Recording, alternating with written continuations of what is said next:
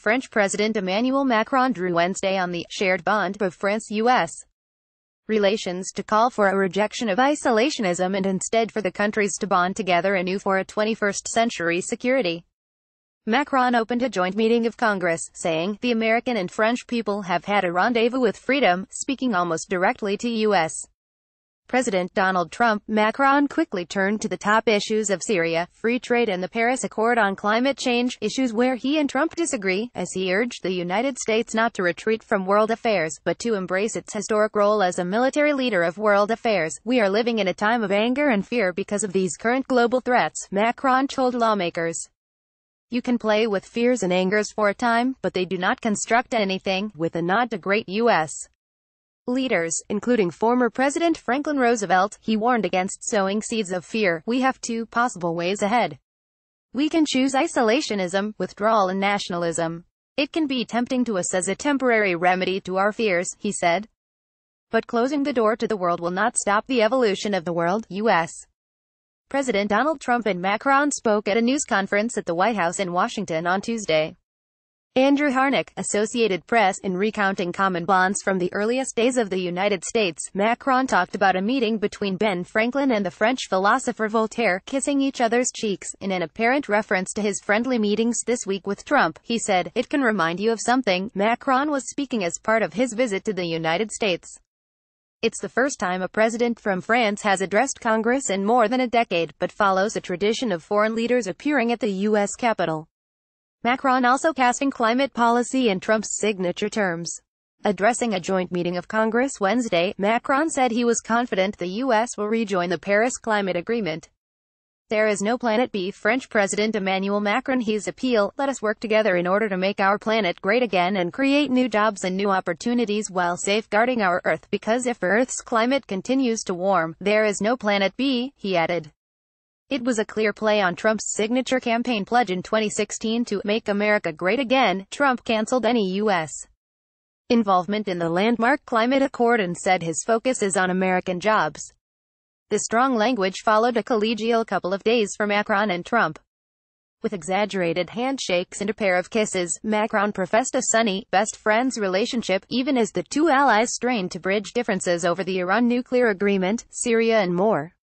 Trump opened a Syria involvement, hosting Macron for the first state visit of his administration, culminating in a lavish dinner Tuesday night. Trump remained firm in his criticism of past and enduring American undertakings in Iran and elsewhere in the Middle East. But he appeared open to the French president's pleas to maintain U.S. involvement in Syria, and expressed openness to negotiating a new agreement with Iran.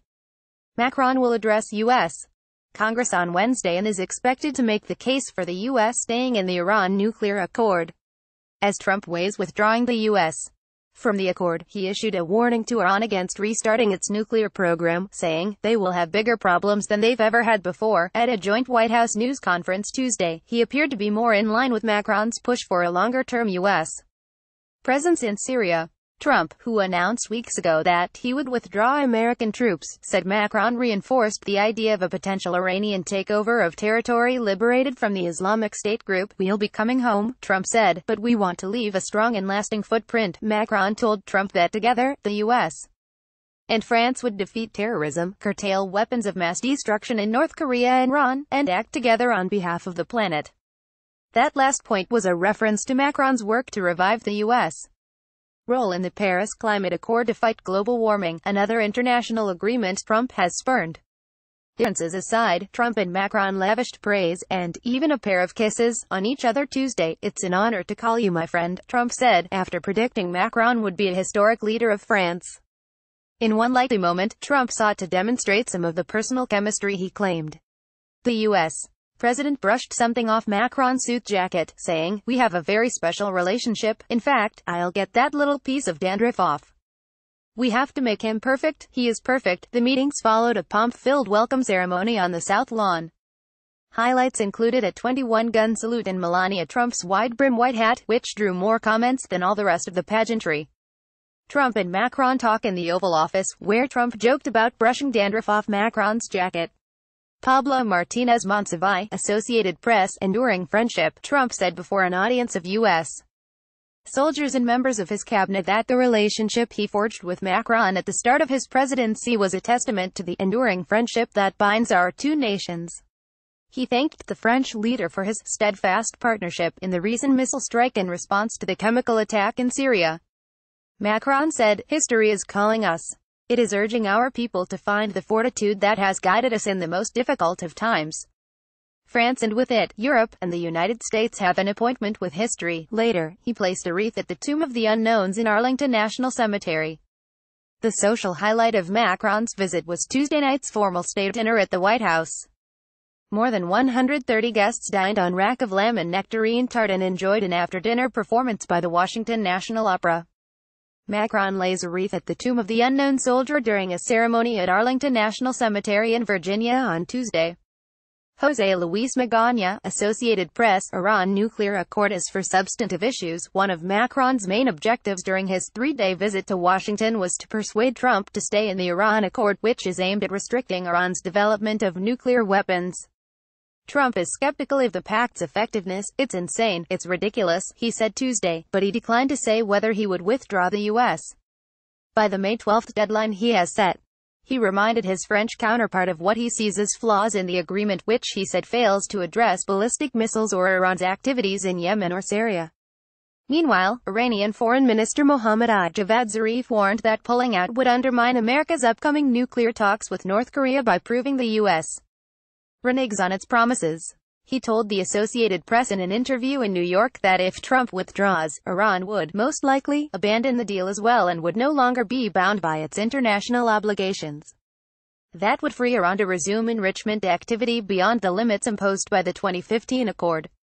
Trump and his wife Melania, right, pose for a photo after welcoming Macron and his wife Brigitte for a state dinner at the White House on Tuesday. Andrew Harnack, Associated Press. Macron told reporters that he and Trump would look at the Iran deal in a wider regional context, taking into account the situation in Syria. "We have a common objective. We want to make sure there's no escalation and no nuclear proliferation in the region. We now need to find the right path forward." Trump suggested he was open to doing something beyond the current Iran agreement as long as it was done strongly. Macron, who calls Trump often, has emerged as something of a Trump whisperer at a time when the U.S. president's relationships with other European leaders are more strained.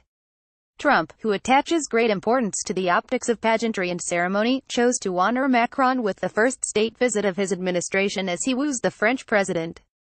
Trump ended his first year in office without receiving a foreign leader on a state visit, the first president in nearly 100 years to fail to do so.